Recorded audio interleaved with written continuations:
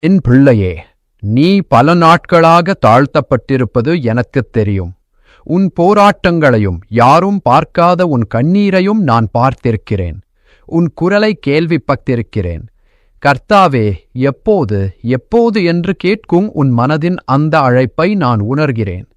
இப்பொழுது நான் சொல்கிறேன், உன் கொம்பை நான் உயர்த்துவேன். நீ தலைகீழாக இல்லாமல் தலைமுனையாக நிற்கப் போகிறாய். மக்கள் உன்னை இழிவாக பேசினார்கள், ஆனால் நானே உன்னை என்னுடைய கைமுனையாக எழுப்புகிறேன். நீ பாதிக்கப்பட்ட இடத்தில் நான் உன்னை உயர்த்துவேன். நீ மறுக்கப்பட்ட இடத்தில் நான் உன்னை ஏற்கிறேன். நீ தோல்வி அடைந்த இடத்தில் நான் உன்னை ஜெயிக்க வைக்கிறேன். விஸ்வாசி, பயப்படாதே. நான் உன்னோடு இருக்கிறேன். நான் கொஞ்சம் காலம் தாமதிக்கலாம், ஆனால் என் கைதான் கடைசியாக வேலை செய்கிறது.